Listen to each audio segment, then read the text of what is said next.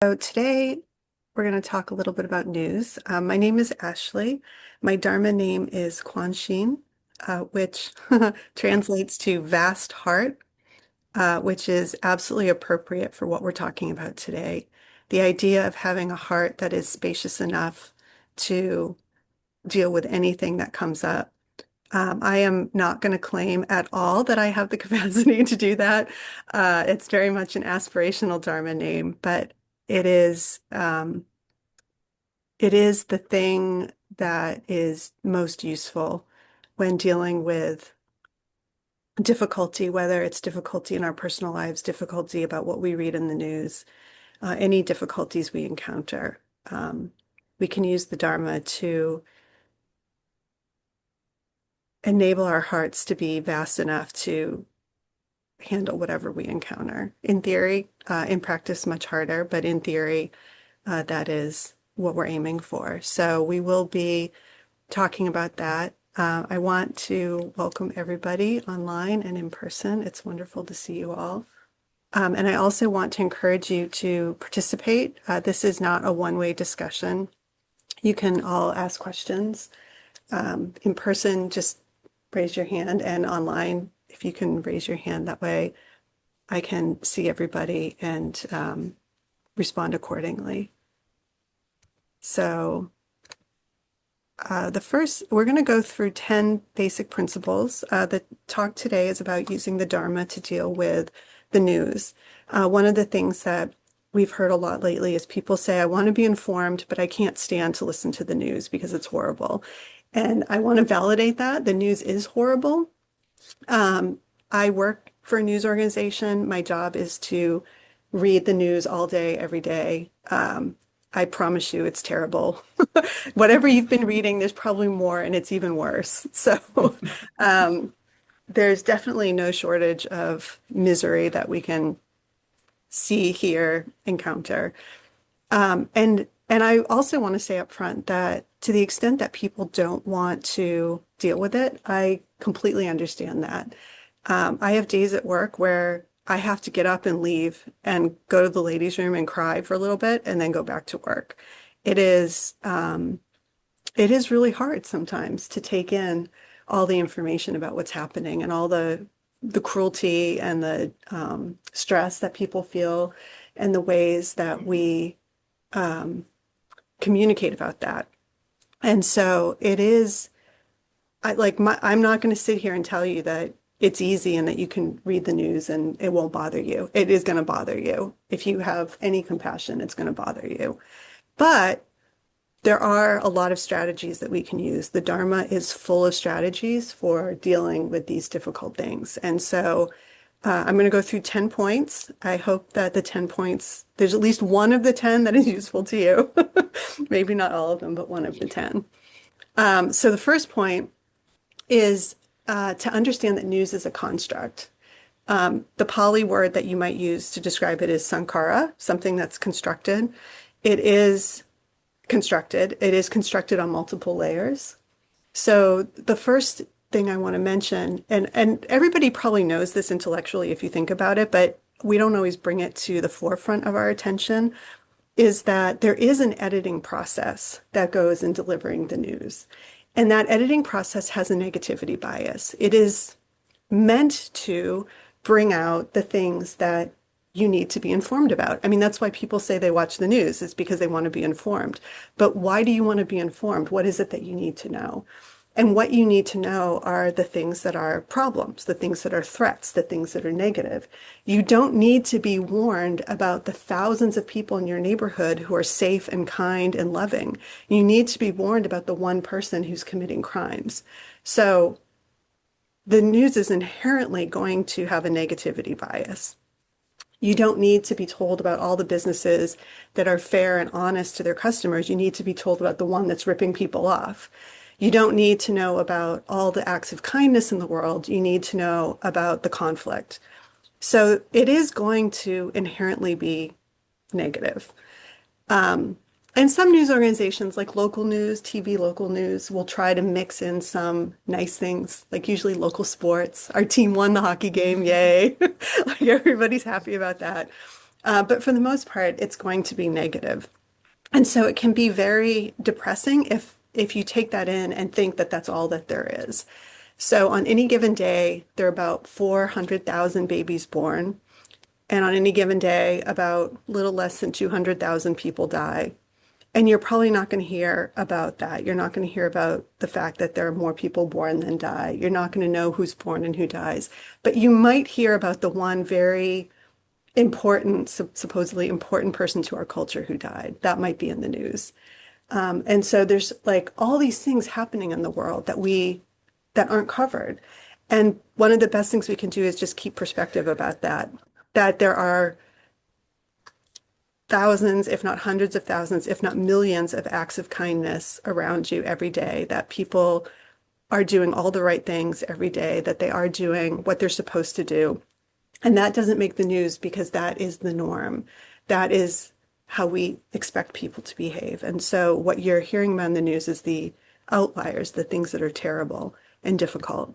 And so, that's tip number one, is to think about news as a construct and an intentionally negative construct, so that when you approach the news, you can go to it knowing that this is not a representation of the world. This is a representation of what people think you might need to know so that you at least know what's happening in the world. So I'm going to pause there and see if anybody has comments or thoughts on that first point. Yes. You said there was a Pali word for construct? Sankara. Thank you. Yeah.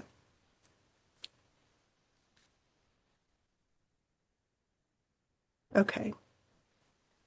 I can't see everybody who's on Zoom. I hope that the hands would pop up. So Dana, if anybody does raise their hand and I don't see them, please feel free to call it out for me. The second point that I wanted to mention is a phrase that I'm sure you've all heard before, which is think globally, act locally. So it was a phrase that was designed for activists to think about, all the issues in the world, but to bring your involvement to a local place. And this is actually really helpful when dealing with news too, because news is often delivered in one of three formats. It's either going to focus on local news, national news, or international news. And those are editorial choices. Different news outlets are delivering different services. So, your local TV news channel wants to tell you what's happening here in DC. The national news organizations want to tell you what's happening all across the country. And some organizations will focus specifically on international news, and they will tell you about what's happening all over the world. And even the national news outlets, they'll probably tell you about the war in Iran. Maybe they'll tell you about Ukraine. But unless you're listening to an international outlet, you're probably not going to hear about what's happening in Myanmar or Sudan or Sri Lanka or any other places where there's conflict. And so, the scope of news you're going to get is going to vary. And it's all available on the internet these days. Like, you can find anything. If you want to find a conflict in the world, there's hundreds on any given day. You can find them. But even if you know all that, what can you do with it? And so another suggestion is that knowing all the things that are happening in the world, knowing all the conflict, knowing the shootings and the violence and the everything, discrimination and difficulties, what's really present in your life are the people around you. It's your family, your neighborhood, your community, your friends, the people that you associate with, the people you work with. Those are the people you're interacting with. So, the internet, when we often get the news through social media platforms or internet platforms, and you see the comments, and the comments are horrible and antagonistic, don't engage. don't participate. Those are not people you know. Those are not the people in your daily life. Many of them are probably bots. They probably not even real people. And so think about the people that you actually know and engage with the people that you actually know, and keep it local. Keep your engagement local, even if your knowledge is international. Even if you are reading about the conflict in Sudan, you can't help everybody in Sudan, but you can help the people starving in your own community. You can give food to your local food bank. You can donate money to causes that can eventually help people in other countries, but there's we often feel powerless when we read the news, and we're not powerless. We have a lot of agency, but our agency is local. It is with the people in our communities and where we are present, even if we can't solve everything. Now, those of us in the DC area, some of us have more capacity to actually help around the world. A lot of people work for NGOs or organizations that can deliver services, and that's great. If you have the capacity to do that, then in some ways that is your local community. You know, those are the people that you're tied to and connected to. But when we think about interconnectedness, you know, we sort of know like, oh yeah, the world's interconnected. We're connected to all those people in other parts of the world that are suffering. And we are, but we don't necessarily feel the agency to fix their problems or to resolve the issues that they're dealing with. But don't underestimate the power of acting locally to create that outflow of goodwill and benefit to people around the world. By helping people locally, you may be helping people internationally. And our intentions matter. Like what we put in our mind streams and put out to the world is going to matter and it's going to make a difference. So even if you know what's going on in the world, if you put your attention on acting locally and helping people locally, that is actually going to make a difference. And you do have agency and you can help. So again, I'm going to pause and see if anybody has questions or comments or thoughts on that topic.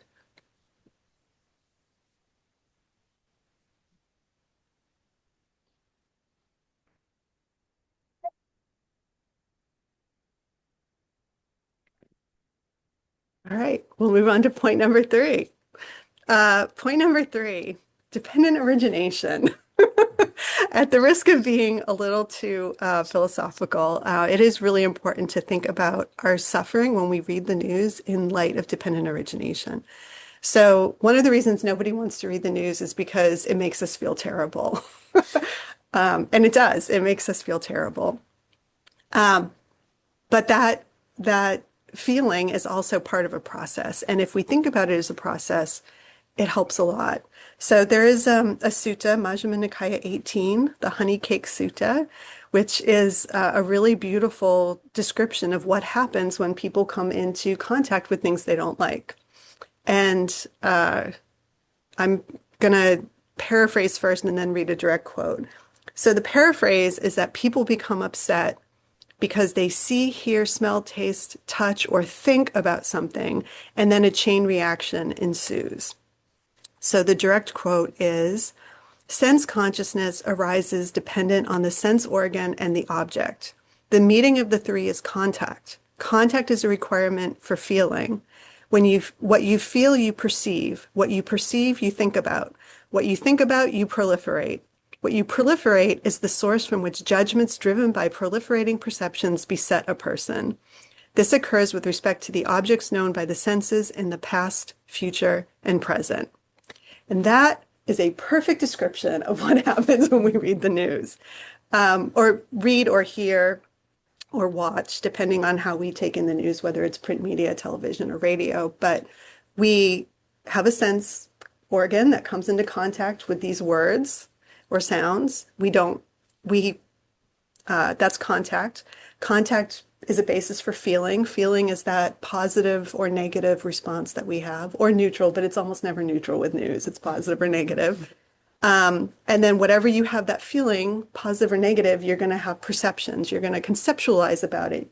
And then from the concepts, you think about it. And thinking is our problem. We start, what if this? What if that? What's going to happen next? Who did this? Who's at fault? Like there's a million thoughts that come to our mind. And then we proliferate. Proliferate is it's like the force behind the thinking that just makes it generate more and more and more. And once you get started, it's really hard to stop. I don't know about you, but I can read something and be like, well, my bank account is my 401k is going to crash. I'm going to lose my house and I don't know where I'm going to live. And, what am I going to eat? Should I go to the grocery store and buy a lot of canned food just in case something terrible happens? It just goes on and on and on and on and on. And that is proliferation. And then proliferation is the source from which we have judgments. The judgments are, well, that person's at fault and these people need to be voted out of office. And, that's the problem. And why can't we just do this or that? And why isn't this the solution? And why isn't everybody like in the streets demanding X, Y, and Z? Like those are the judgments. And so the Buddha perfectly described what goes on in our minds when we come into contact with things. And this sutta is explaining that process exactly. We come into contact with it, we have a feeling, positive or negative, we have perceptions and conceptualizations about it, then we start thinking, then we proliferate, then we have judgments, and now we're miserable. And so if we know that that's the process, if we know that that's what's happening, if we're mindful of it and aware of it, then we can cut it off. And that, I will say in practice, this is the thing that helps me the most. When I have to read a news story and my mind starts proliferating, the minute the first thought comes up, the minute I have something that is in my head that is not literally the words on the paper that I'm trying to focus on, I know that that's the time to just shut it down, to say, okay, we're not proliferating about this. We're going to focus on the information that's being presented, and that's it. Don't go down the rabbit hole. And it's much harder. I mean, in some ways, it's easier for me because it's my job. It's my job. I do it all day, every day. So I have a lot of practice with it. If you're just casually listening to the news, you turn on the TV and it happens to land on a news channel, or you're flipping through channels and you hear something, you might not have as much muscle memory with that, but you can develop it pretty quickly, actually. It's not hard to catch because the thoughts and the feelings are so strong a lot of the times. We hear something and it's a very powerful feeling, and we can be mindful and recognize that we are in the midst of this process that the Buddha laid out, that it's just a flow that's going to start from the contact, go to the feelings, the perceptions, the proliferations, and we can recognize that that process is engaged and then decide that we're not going to participate in that anymore. It doesn't take away the initial response or sadness or compassion.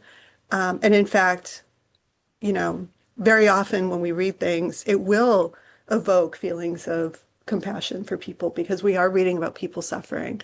And that compassion is great. You don't have to cut off the compassion at all, but you can cut off the flow of thoughts and judgments that come from that. And recognizing that the process is engaged is the first step in doing that. To say enough's enough. I'm not gonna have all these proliferations about that. So I'm sure all of you have experienced this. I see a lot of nodding, which makes me think that everybody knows exactly what I'm talking about. We all go down this rabbit hole. Any thoughts or comments on that?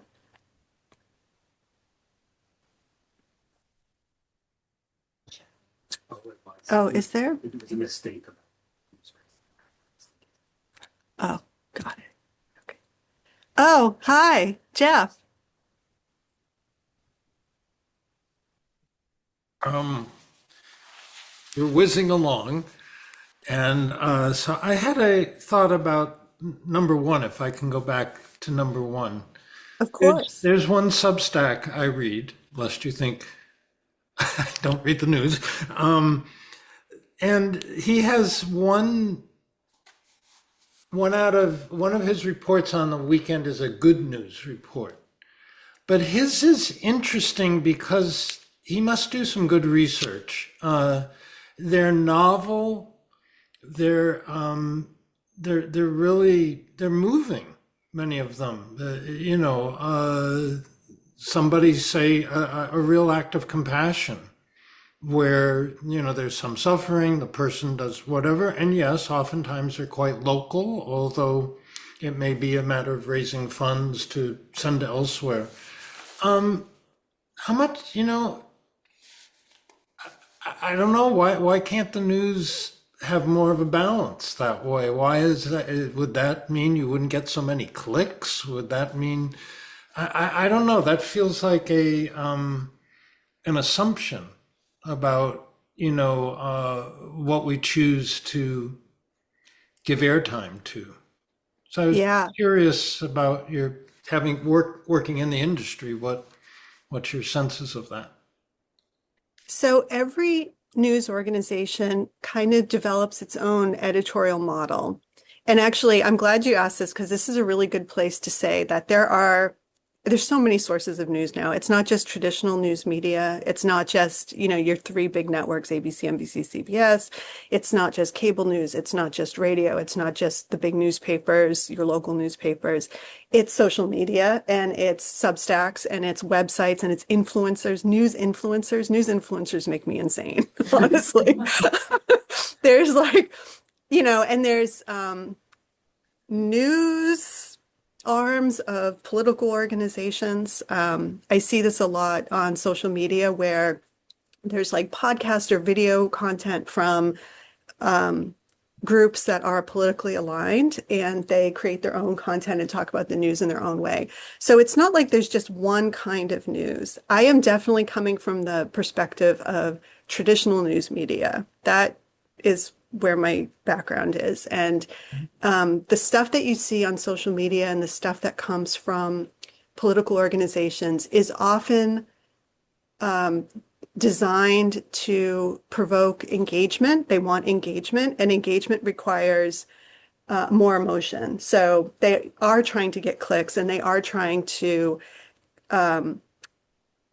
say things that will provoke feelings, that will get people a response, that will get them to keep coming back. And that is a different model from editors trying to figure out what are the most important things that happen today that we can tell people to inform them. So, not all news outlets treat their editorial choices the same, and that's okay. I actually don't have a problem with that. And from a conceptual standpoint, I do think that there's a lot of value of having choices in the marketplace.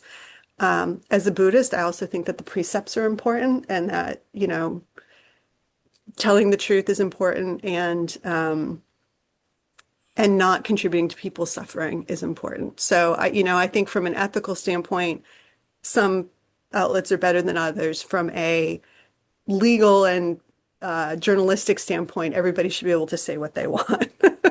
But that doesn't mean that the ethics shouldn't matter. So with that in mind, every news organization has to decide how it wants to present information. And although there is a negativity bias, some organizations will choose to include positive things. And in fact, a lot of organizations will include, for lack of a better phrase, what we call cultural content. So it is the nice stories. It is the uplifting stories of, somebody, I remember I once heard a story about a girls rock band in, I think it was Pakistan, and they were, trying to make music and encourage other girls to make music. And it was a nice uplifting story. I saw a story about goats, people teaching goats how to do tricks. And, it was cute, it was funny. And it's good to have that mix. It's good to have, happy, uplifting stories mixed in. But it is also true that if a news show is 30 minutes or 60 minutes, you only have a certain amount of time to deliver information, and you're going to choose what you think is the most crucial information. And that might mean that you're getting all negative stuff that day, if the editors decide that that's the most important thing. So, people have to use their judgment. Sometimes they will include positive, uplifting cultural stories, and sometimes they don't. And it's fair, as viewers, as the audience, it's fair to complain. It's fair to say, we would like more uplifting stuff. Please give us more interesting stories and fewer depressing stories. And news organizations will take that into account when they hear from people that it's too much. Almost every news organization does audience surveys on a regular basis, either quarterly or every 6 months or every year, and gives feedback and adjusts according to what the audience says. So that is likely to happen. I will also say that as much as I generally don't like social media content and the so-called rise of news influencers, one thing they do well is that they do get a better mix of positive and negative news, because they have unlimited space. Digital media gives you unlimited space. Print media, you're constrained to the number of pages you have, and broadcast media, you're constrained by time. But on the internet, you're not constrained by anything. And so you can have a lot more positive content on the internet. And in fact, a lot of news websites, you might go and just check the front page, which is the news, the hard news. You're going to get the war in Iran. You're going to get shootings. You're going to get what the politicians did today. But if you actually click through several pages, there is a lot of positive content on there because their website is unrestricted and you can find things in there, but they might not be the front page of what's there. So that's sort of my thought on that topic. Thank you. Yeah. Tim, I just had, Oh, or that's yeah, all. go ahead. Oh, No, go I ahead. was just, Follow up. I was just going to say, like the Pakistani girl band or something. To me, what would be cool is follow up. Does the band get squashed by who knows who, because somehow they've broken cultural norms, or no, does it spread? Or, to me, that would be very intriguing to, yes, there's the good news, but then what happens? Does it spread? Does it proliferate in a good way? Or does it get squashed somehow? Anyways, that would be, you get a lot of clicks from me if you were to do that. I will pass that along. Please, please.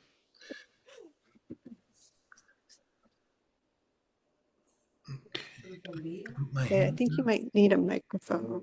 Would You these need to work? plug it into you, so. Okay, I'll repeat the question. Yeah. So a question of the lead up to a big story. I was struck last week, the astronaut coverage, how I felt like, how did I not know about this mission to the moon? Once I knew about it, I was really engaged, and it was just a great, happy story, right? But then I thought, is it that I'm gravitating towards just the negative stuff, or was there not a lot of lead up to the fact that there was this like Yeah. mission into space? Okay, that's a great question. So the question was about the trip to the moon, the astronauts going to the moon, and not knowing that it was coming, that the lead up, there wasn't a lot of lead up coverage to it. And so, were you just not paying attention or, was there just not coverage? And I think the answer is there wasn't a lot of coverage because I actually didn't really know about it either until it was like right there. But they had been planning for decades, like it's been planned for a long time. And I do think that goes to, there's sort of this principle in news of like, well, first, this horrible saying, but it is a saying you hear all the time. If it bleeds, it leads. So you're going to get the most urgent thing first. And planning is not the most urgent thing. But the other thing is, you know, if you think about it from a reporter's point of view, you can't just report a sentence. You can't report like, oh, NASA is planning this trip to the moon. That's not enough. You actually need substance. Like there needs to be a little bit more than that. It doesn't have to be a lot more. It could be like a 2-minute or 3-minute broadcast story, or like even in a news story, it could be like, 4 or 5 paragraphs, but you need something more than they're planning. And if nobody's willing to talk to you and give you details or do interviews, there's nothing, you have nothing to report. So there is like a little bit of a practical element that goes in with that. Yeah. Shiraz, it's nice to see you. So my question related to dependent origination. So it's good to know the links from contact, feeling, perception, and thinking, and Papancha. But the only problem is that everything happens blazingly fast.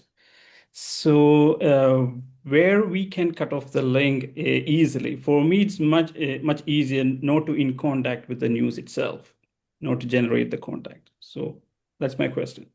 Where can we cut off the links? Well, I can't argue with that. If you don't read the news, you're not going to have the flow of Papancha. That's absolutely true.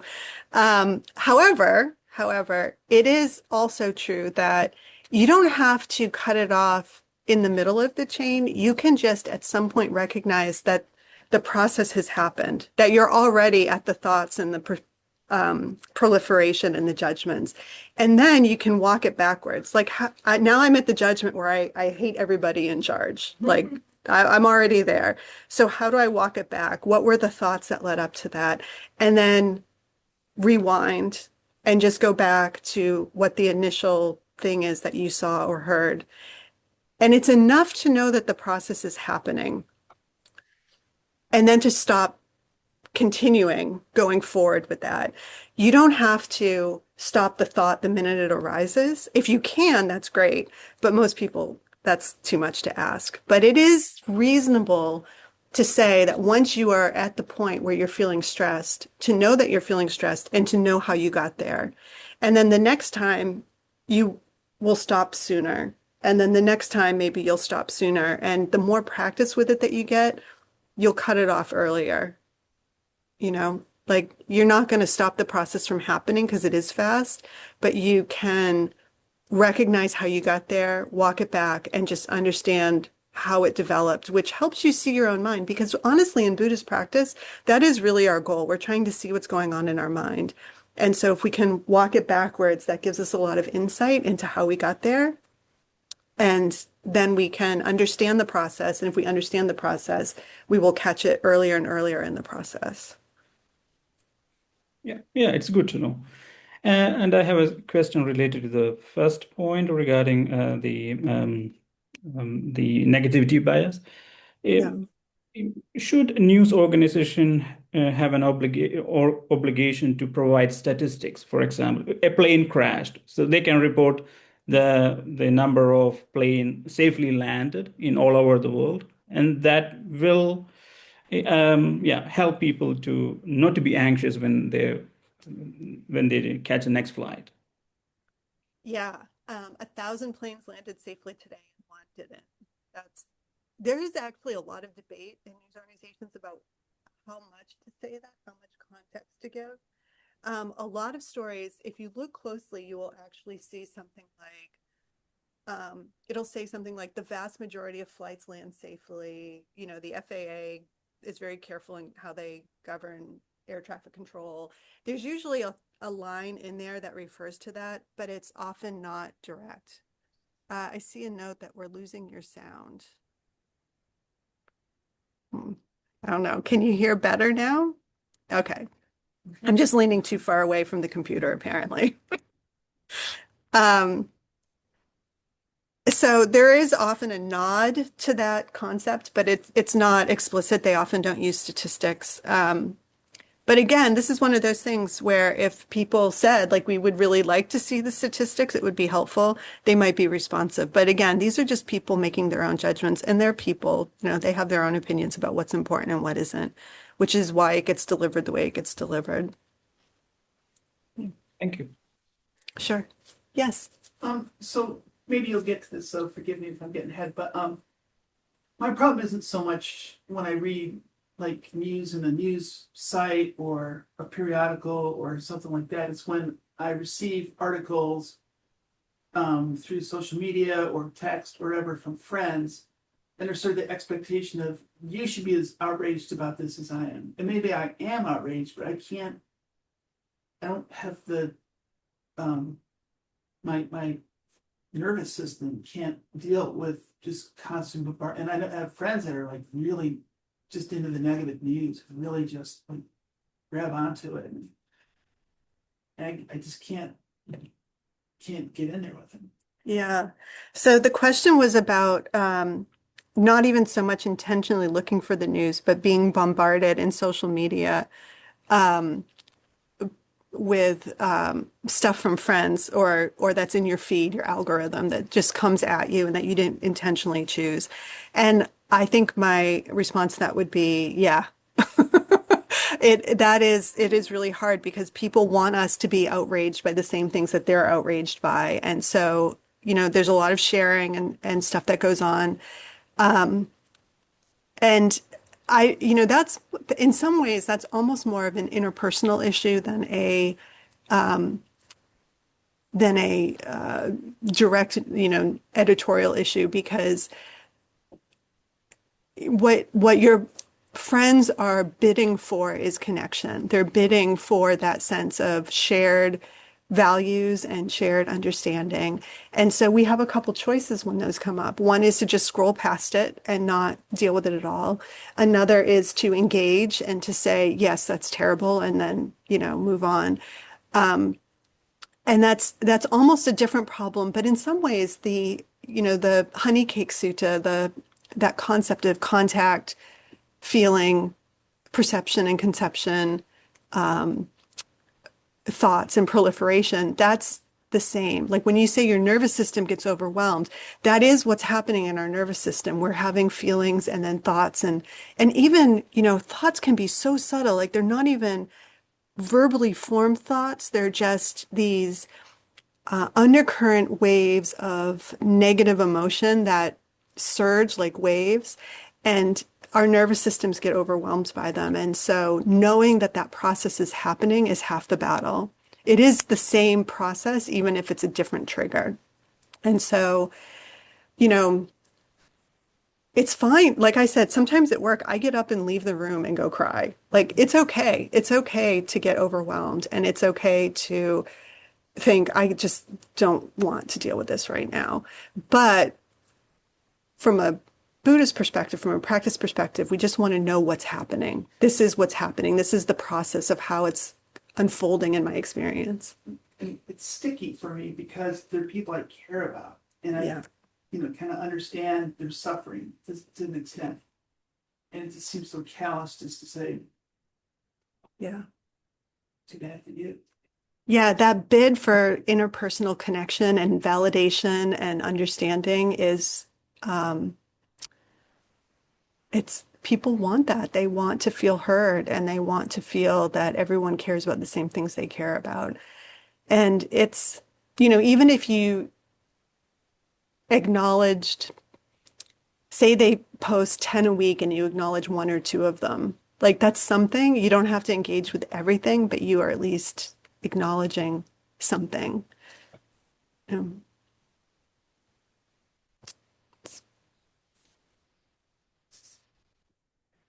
eluding me. What's a skillful way to keep working?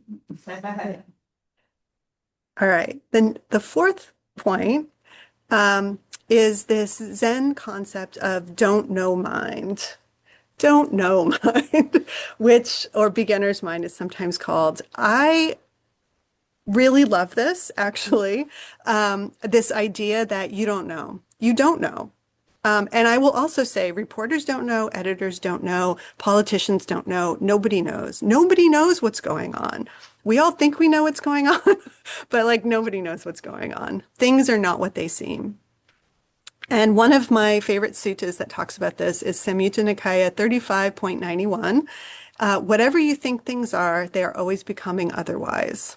And the direct quote is, whatever you conceive it to be, whatever you conceive it in, whatever you conceive it as, whatever you conceive to be mine, it becomes something else. And that is a very sincere truth of the way things are in the world, is that everything is always transforming and becoming otherwise. So, at one point we're at war with somebody, we are, angry, the strait is closed, the oil isn't getting through, everybody's mad. And then the next day, it changed and the oil's getting through. A tanker got through. It's always becoming otherwise. And we don't know. We don't know what's happening. And we don't know what other people are thinking or doing. We don't know what's happening behind the scenes. Even the best reporters will tell you that they don't know what's going to happen. They don't know. Reporters can only report what they're told. They are not omniscient beings. They are not gods. They don't have the power to see into the future. They cannot declare the truth for everybody because they're just mere mortals. They don't have access to the truth. They don't have access to the future. What they can do is accurately convey the slices of information that they get. And that's it. So like, don't set the bar too high. Don't expect the news to tell you what is happening in the grand scheme of things. What you can expect is that they will truthfully tell you what they have learned. And that may actually not be true. Sometimes sources lie, or they don't know, or they think they know, but they don't actually know because nobody knows. And that's okay. But, the reporters are trying to give you the best information they have. And so I would say don't hold the bar too high. Circumstances are going to change, facts are going to change, things are going to be different.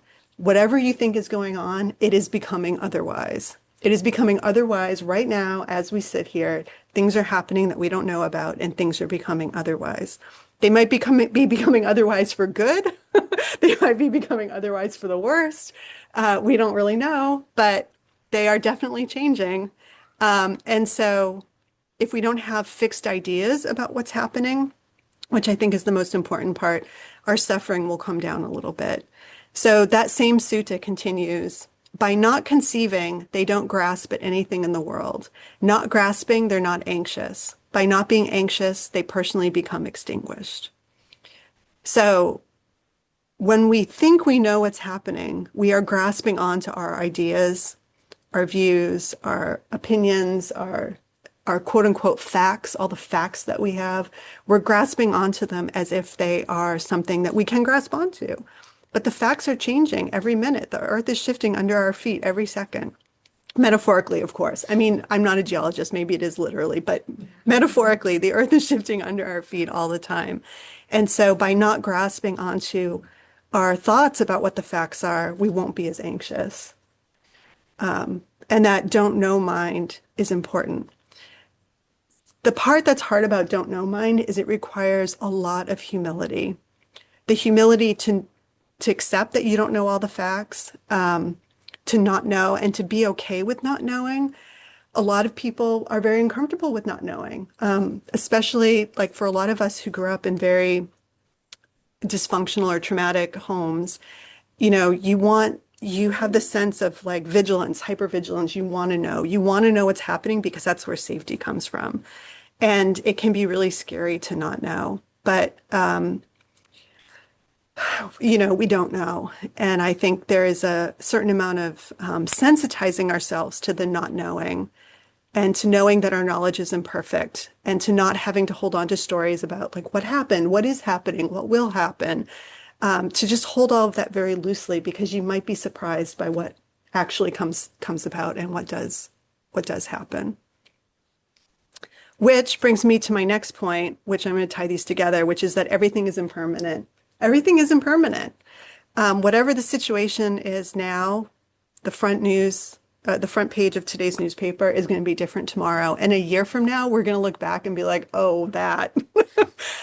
Some issues will resolve, some will transform into other problems.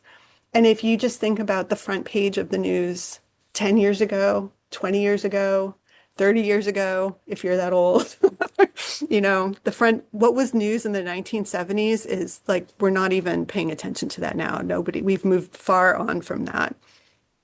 So the terrible things are impermanent and the good things are impermanent. And it will continue to change.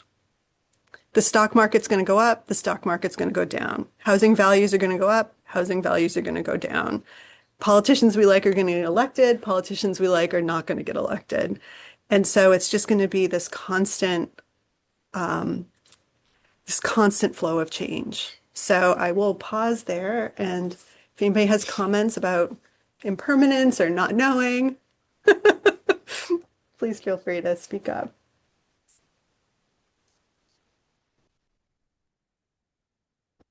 Yeah, where do you draw the line on that kind of thinking? Because, I mean, to a degree, you can just get really, I don't know, nihilistic or something like, well, nothing matters, so why even bother being engaged? You know, like, my son sometimes says, like, I'll talk about, you know, global warming or, you know, populations being wiped out or whatever, and, you know, like, we could all die. Yeah. And he'll just say, well, you know, life will go on. It'll be better off without us, you know, or something like that. And it's like, Yeah. you know, it's like we should care. We just shouldn't care too much. You know, how do you find that line? Yeah. So the question is, where's the line? Because if you follow this to its logical conclusion, you can become nihilistic and say, well, why pay attention at all? Why bother at all? And to that, I would say, this is actually great news. This is exactly where our agency is because because everything changes, it gives us the possibility of enacting change. It gives us the possibility of doing the things that will help make things better. And so that's where, the think globally, act locally comes in. You know what's going on in the world, but then you can make choices in your immediate day-to-day life. Your intentions matter. Your choices matter. The things that you do in your community and with the people around you matter. And so you have the agency to enact that flow of change. And in fact, if everybody gave up and didn't care, things would only get worse. The reason it gets better is because people do care and do try to do the right things and do try to bring about the circumstances the way they would like them to be. And that's that's why we have change. It's because people take action and do things. Otherwise, we would all just lie in bed and deteriorate and die. Like, Exactly. yeah. So it's actually good news because the change gives us agency. It gives us the ability to bring it about. And in the Chan tradition, there's a saying that whatever arises, you basically have four options. You can wait, see what happens. You can, I'm sorry, I should know these off the top of my head. Accept, embrace, and, accept what's happening, wait, create new conditions, which is to do things to make the conditions change, or adapt. You can adapt to the conditions. And so there are different approaches that you can take, but the underlying theme there is that we do have agency. While we're alive, we have agency. We are part of co-creating what's going on. And so it gives you the ability to do something about it, which at the core is what the news is trying to get people to do, which is to, they inform you why so that you can take action as you see fit. Yes. So I recently had a medical thing and I was waiting on results and it was like really overwhelming, but I sort of realized that I am powerless in this. There's nothing I can do. Yeah. Nothing I can do. And ironically, it was very liberating. And my stress just went down because I just sort of surrendered of like, there's not a darn thing I can do. So then from there, I was felt much more able to see what matters and people I love and loving people and and then being able to just make more intelligent responses when information does come up. But it was so liberating. Just like all that stuff I was so worried about before, I just lost interest in it. Just like and I think that sort of applies for bigger global issues too.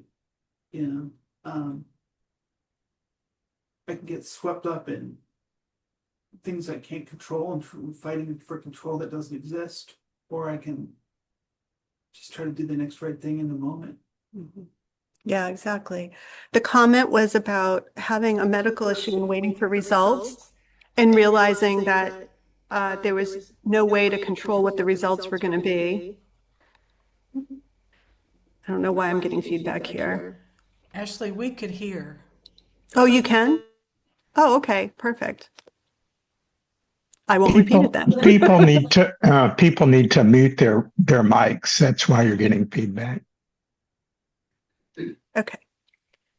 Any other thoughts or comments?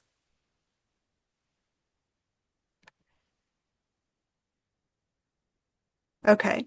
The next point really ties into this concept of everything becoming otherwise and impermanence, which is that because everything is constantly changing, we need to cultivate equanimity, which is like such an incredibly, what's the word I want? It's this very basic and yet frustrating principle of Buddhism, right? Like we're supposed to have equanimity. We're not going to get what we want. Terrible things are going to happen. We are powerless over what's going to happen in the world. And so being able to develop equanimity about the world is important. Also not easy and very frustrating for most of us. So the sutta that addresses this is called Worldly Conditions. It's Anguttara Nikaya 8.6. And I'm sure many of you have heard this before. This is the one that notes that there are four pairs of conditions. There's gain and loss, fame and disgrace, praise and blame, and pleasure and pain. And we are constantly being tossed about by these things. We all want the gain and the pleasure, and we don't want the pain and the loss. And, the world is inevitably going to deliver both. It's going to deliver both the positive and the negative. And so the goal of developing our minds is to not be disturbed by either the desirable or the undesirable. So when we come into contact with the news and we see whatever happened today that we don't like, it is inevitably going to affect us. And it's too much to ask not to be affected. That's unreasonable. We are going to be affected. But it is reasonable to say, I will be affected and I won't react to it. I will not let it, provoke bad behavior in me. And so, I mentioned, sometimes I read things that upset me and I go cry. There are a lot of different responses I could take. There was a phase in my life when I would read things and I would get angry and I would take it out on people. Like that anger would stick and I would then go and inflict that anger out on people around me, almost always in traffic because it's DC and we're always in traffic. And I would just be in a terrible mood and like yelling at the people in the other cars. This is ridiculous. I don't, what are you doing? You're in my way. Everybody's horrible. All these people are killing people and you can't even drive right. Like it would just come out. And one of the things that I have tried to adapt to is to recognize that what's happening is that my mind is wavering. My mind is being thrown about by the negative conditions that I don't like. And to go deal with that, just take some time to deal with it. And, I wish that I could sit here and tell you that there's another way to do this, that there's like a way to read the news and be like, oh yeah, no, I'm unaffected. This doesn't bother me at all. But maybe if you're an arahant, but I just don't think that that's a very reasonable goal for most people. But it is very, very reasonable to remove yourself and to feel your feelings and to let them flow through you and to acknowledge them for what they are and to say like, this feels terrible. I don't like this one bit. And to let it go because it will flow through. They don't last forever. Going back to the impermanence, the feelings don't last forever. They last a short time. And then you can take that information with a little more spaciousness and some, wisdom and some patience and that sense of agency. And then you can go do what you need to do, what the next right thing for you is to do, and to make wise decisions. Now, having been informed of what's going on, making wise decisions with that information. So the mind's tendency to waver is, it's built into that chain reaction that we talked about earlier, that process of contact, feeling, perception, and then the thinking and the proliferation. That feeling part, that like and dislike, those are, the worldly conditions are going to trigger those feelings. We're either going to like it or dislike it, or it'll be neutral, but it's probably going to be like or dislike. And we're going to waver and practicing getting the wavering down to a minimum, becoming more equanimous about what comes up, watching what comes up, letting it be what it is, not fighting it, not attaching to it, not making stories around it, keeping the don't know mind perspective, letting it flow through, and then taking that sense of agency and going forward is a very rational approach to dealing with news. Now, is it easy? It is not easy. I am not going to tell you that it's easy. It's painful and it hurts, but it is, it's doable. Like humans can do that. We have resilience. We have the ability to sit and especially, in our sitting practice, we sit with whatever comes up. We're still sitting with whatever comes up. We might be standing, but we're still sitting with whatever comes up. We're still engaging and letting it pass through without grasping onto it. So equanimity is tough. Yes, go ahead. So they We'll talk and we'll see. yeah, I'm so funny because as you were built, I felt like you were kind of building to equanimity, and I was like, I'm not going to say anything, and she's probably going to do equanimity.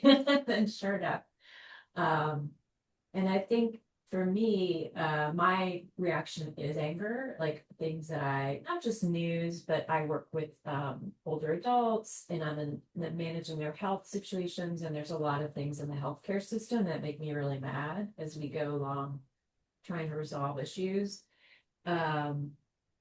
So I've been really trying to work on my reactivity, because the person it harms ultimately is me. Like the person who feels terrible later is me, not the other person who's driving me crazy.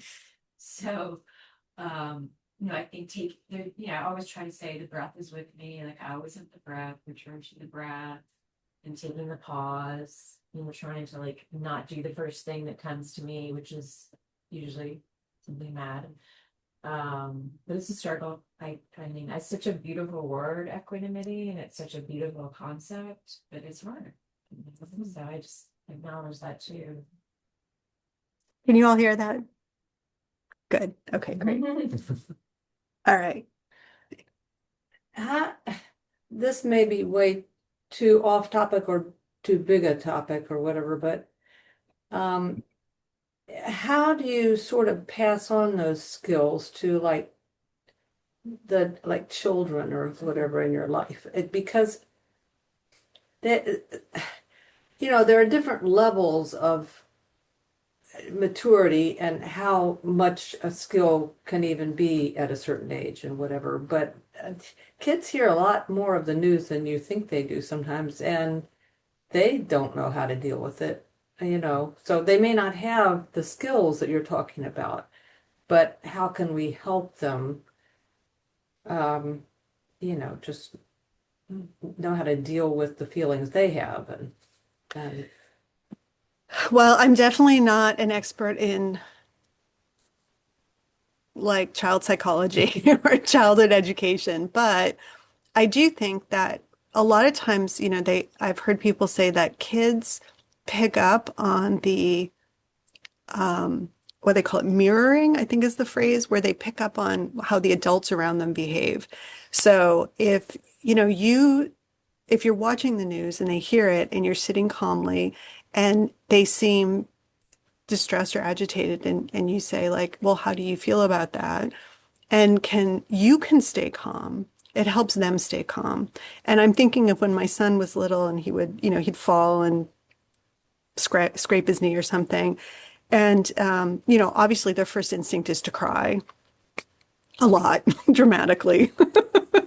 And, you sit with them and you say like, oh, where does it hurt? How does it hurt? Does it sting? Can we wash it up? And if you stay calm, they calm. And so I think, modeling the behavior is the first thing we can do. There are a lot of experts out there that talk about how to talk to your kids about terrible things in news, and I would just say take their advice, not mine. But but the modeling is probably the thing that I could offer, is that by staying calm myself creates a situation where my son feels like it's okay to stay calm during all of this. Too. Yeah. And it's related to what you were talking about earlier, permanence. And I'm not saying it works, but I think sometimes when my children are upset, telling them it's a feeling and the feeling's not going to last forever. And sometimes they'll say, that's not helpful, Mom, but it's true. And then over time, right, it does go down. So I think part of it is that too, is that it's all impermanent and, it's not going to stay. You're not going to be mad all day. You're having a bad moment. We say that a lot. You're having a bad moment. Let's talk later. Those kinds of things. Yeah, and you can also introduce kids to the concept of how everything is a process, right? Because I think a lot of what kids want to know is, well, what's going to happen? Like, what's going to happen? What's the future going to be? And we don't know. But what we can say is, like, I don't know what's going to happen, but I am going to, we can try to contribute to doing good things. We can, when my son was little, he was worried about kids who, didn't have food or whatever. And so I was like, well, why don't we donate food to the food bank? Like you can show them that they can take action and do things if they want to deal with whatever issue they're concerned about.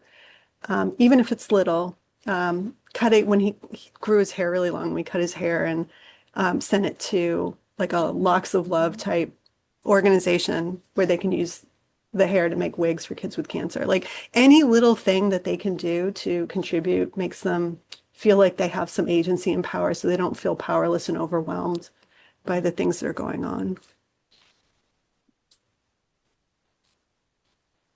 Okay.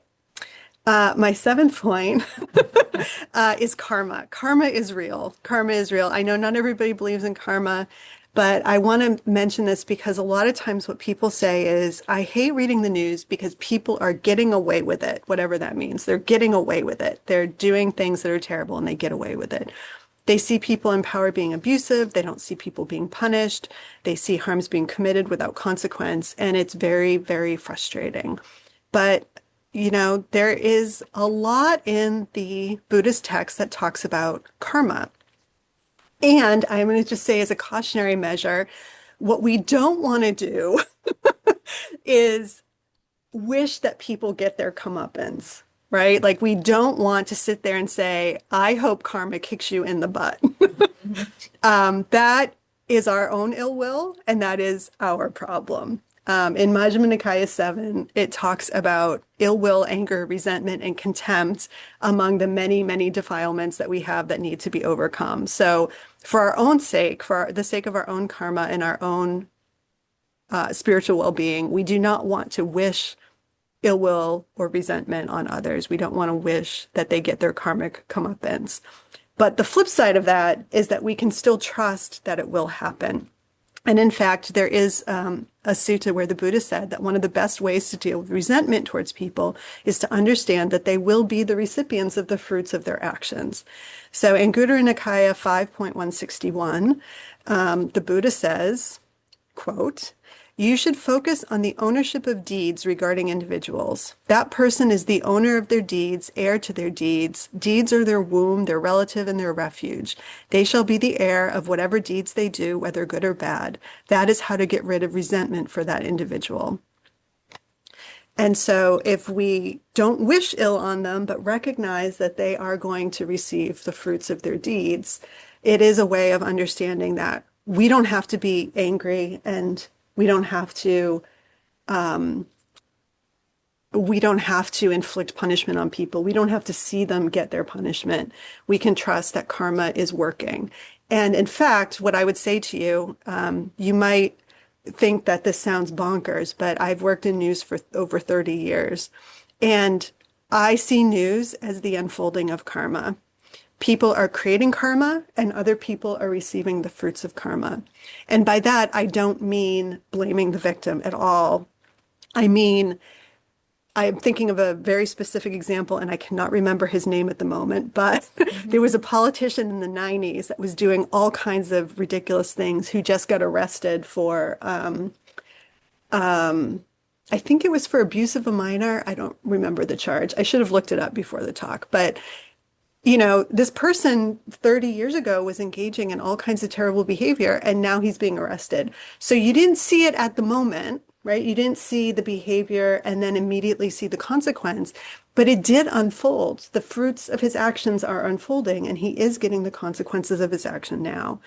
And so I often look at the news and I see that. I see, 20 years ago we did this thing and now we're seeing the consequences of that. It's coming to fruition.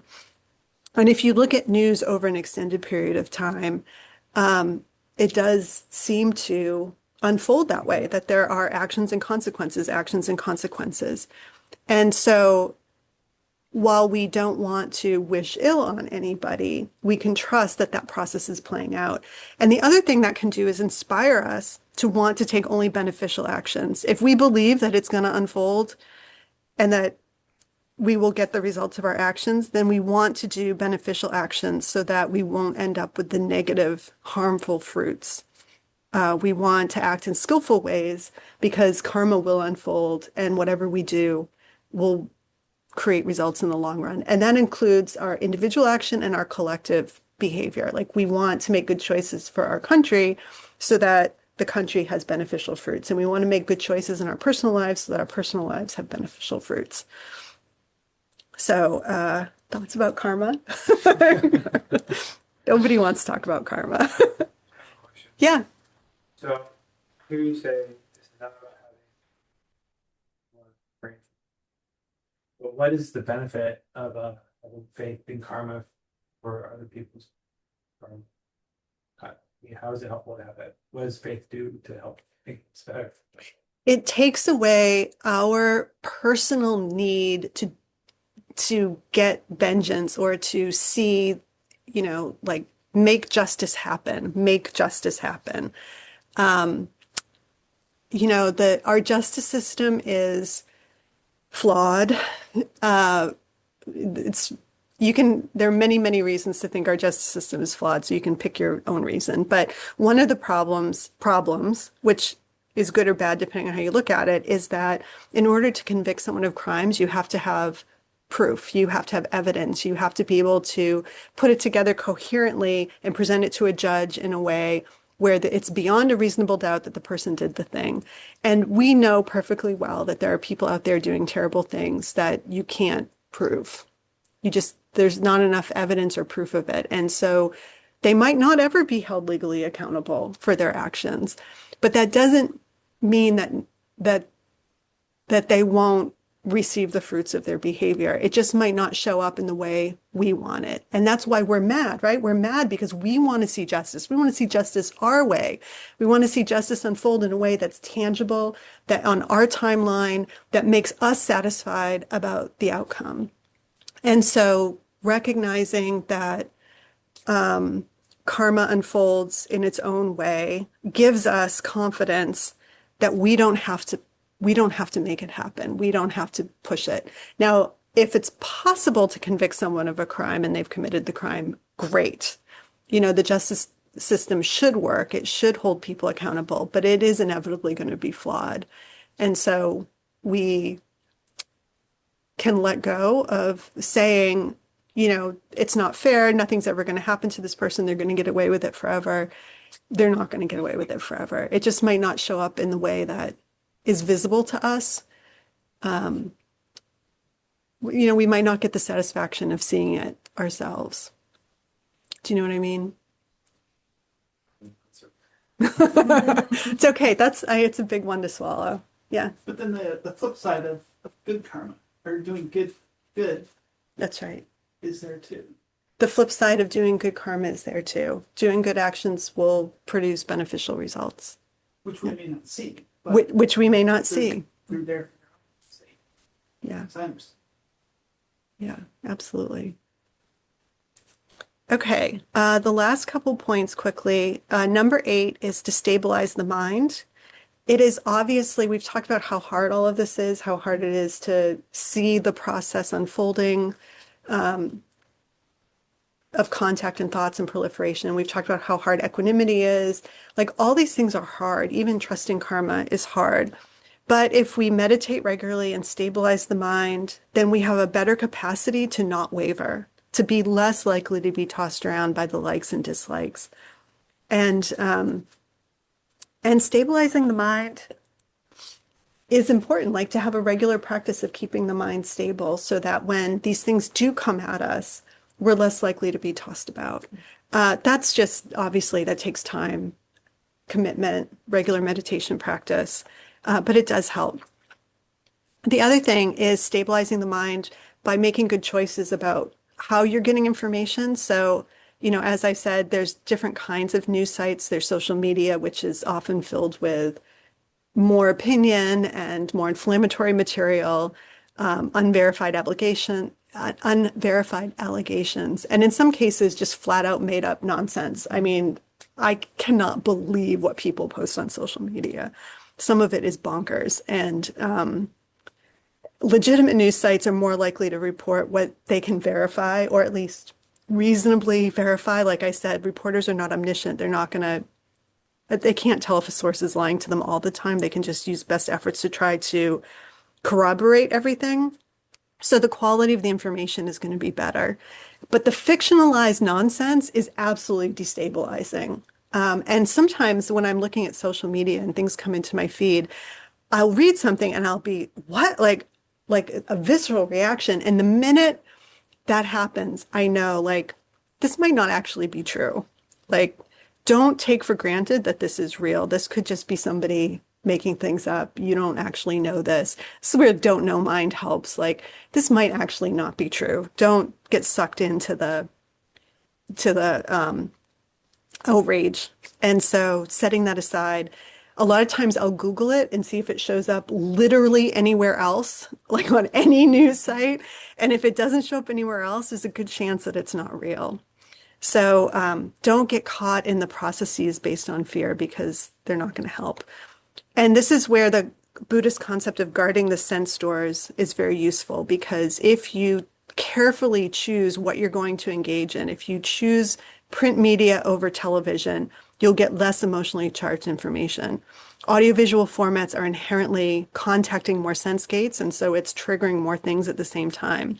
The flip side is, if you choose like radio or podcasts or other audio sources, you're eliminating visual input, which tends to be more dramatic. And so sometimes hearing things is a little bit easier because you don't get pictures that you get in newspapers and you don't get images on television.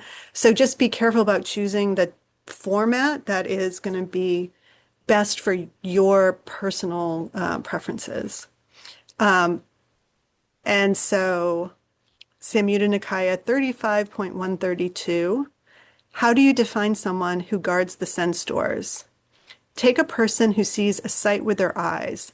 If it's pleasant, they don't hold on to it. If it's unpleasant, they don't dislike it. They live with mindfulness of the body established and a limitless heart. So again, that idea of having an expansive heart that can take in anything, equanimity, not being tossed around, mindfulness established, and being cautious of what you bring in. And then that enables you to make better choices with what we see and hear, see the process unfolding, not get drawn into it, and not tossed around. Since we're almost out of time, I'm just going to say two more quick things. The next one is a juicy topic that deserves its own discussion, but it's to understand that views are just views. If there's anything I've learned in my career, it's that everyone has views. Everyone has opinions. These views differ. No matter what you say or do, people are going to have a different view about it. They're going to say that you're missing facts, you're missing context, you don't know what we're talking about. In fact, much of what's in the news is disputes about views, people disagreeing about policies and outcomes and even facts. And that is literally the nature of quarrels and disputes, which is the subject of a wonderful sutta in the Sutta Nipata 4.11. There's one line that says, quarrels and disputes are linked to stinginess. And the word for stinginess here in Pali is macharya, which has a broad meaning. It doesn't necessarily mean stinginess like withholding possessions. It means more broadly not wanting to share anything, not wanting to share credit, not wanting to give other people time or space. It encompasses envy and reluctance to let other people be seen or to be right. It's a very broad meaning of stinginess. It basically means an incredible self-centeredness and not letting other people in. And so if we don't let other people's views in, that is a way of being stingy. If we center our own views and exclude the views of others, that's a way of being stingy. And that's where all these quarrels and disputes come from. This is why it's so upsetting to read the news where we see other people's views, because we don't want to let it in. Views are an extension of self, and they see their views as an indisputable fact. Like, this is me and this is how things are. It's we have this view that like how we see things is objective. How other people see things is somehow tainted by their opinions, but like our views are truth. And that is not really how it works. Views are views and nobody's are great. And the most famous sutta about this is probably Udana 6.4, where the Buddha gave a simile of blind men being exposed to an elephant, and everybody touches the elephant in a different place, and they all think they know what an elephant is. And there's nothing wrong with their opinion of the elephant because it is part of the truth, but it's just only part of the truth. And so being open to other things is really important. And then the final thing I want to say is there was a Chan master, Yun Men, who lived in China during a very terrible time of wars, violence, and corruption, which may sound familiar. And his most famous saying was, "Every day is a good day." And he did not say that because every day was literally a good day. He was not uninformed about the problems of the time. He just had the right perspective. You know, he understood that things are coming and going. And that is how the world is. And there's no need to grasp onto anything, to appropriate, to assign labels, to decide what's good or bad, that causes and conditions were going to unfold. And that is still true today. Every day is a good day. And everything from a Buddhist perspective is okay, even if we don't like it. So with that, we have 1 minute officially left, but I'm willing to stick around if anybody has any questions or comments.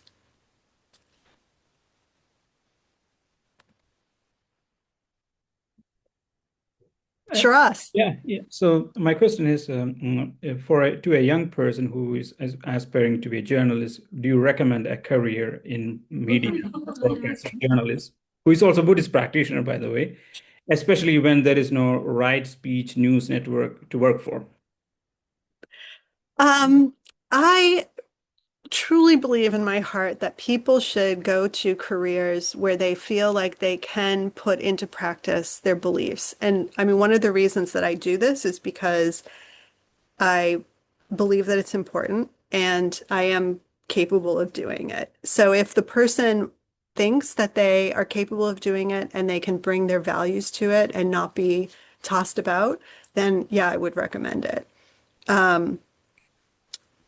But if people will, you know, you don't go into journalism for money because there's no money. Don't go into journalism for power because everyone's going to try to tear you down. But if you really want to be of service and help others and try to keep people informed, then yeah, it's a great thing to do if you're capable of it. Thank you. Jeff? Thank you all. The idea of impermanence, I'd like to come back to that. I have become a pretty big fan of Heather Cox Richardson, the historian. And on one level, you could say, yes, content, it's evolving, it's impermanent. And yet, one of the contributions I think she's made is, in some ways, the content may change, but the themes or the dynamics or whatever you want to call it stay the same. So in one level, it's reassuring. It's like I can say, okay, 2026, oh my God. And then I say, oh, wait a minute, post-Civil War, apparently we were doing the same old thing. And then on another level, it's like kind of the same old thing. I guess it never goes away. So I just was wondering if you had any perspective on that, since that that. That's exactly right. I mean, that's actually, in some ways, that's what the Sutta on the worldly conditions is about, right? It's all about pleasure and pain and gain and loss. It is the same stuff. It's the same stuff over and over. It just comes wrapped in different packaging. And, you know, humans are humans. Humans are going to be human. They're going to, you know, be greedy, greed, hatred, and ignorance. Like, it's just going to keep going. So it is the same stuff. It is exactly the same stuff, but it changes the people, it changes the conditions, the circumstances, the country, the time, like all the details change. And we have more periods of greed, less periods of greed. Today I'm greedy, today I'm not, tomorrow I'm not greedy. Like it's all going to fluctuate, but it is the same pile of goo that's being churned around. Mm-hmm. So I agree with that completely. Both are true. Both are true. Okay. Yes. Thank you. And thank you for the talk. That was Thank you. Thank you all for bearing with me. I appreciate it. All right. Well, with that, I hope you all have a great day. Dhamma is gone next week also. And I don't know if there is a sit next week. There is no sit next week. All right. Well, thank you all so much. Have a great day. Yeah.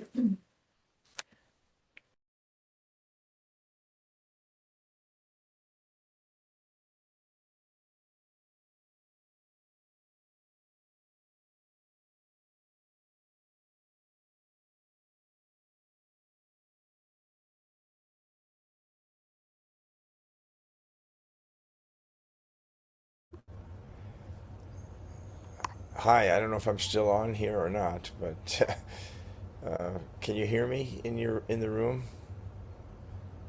No? Okay. That's all right.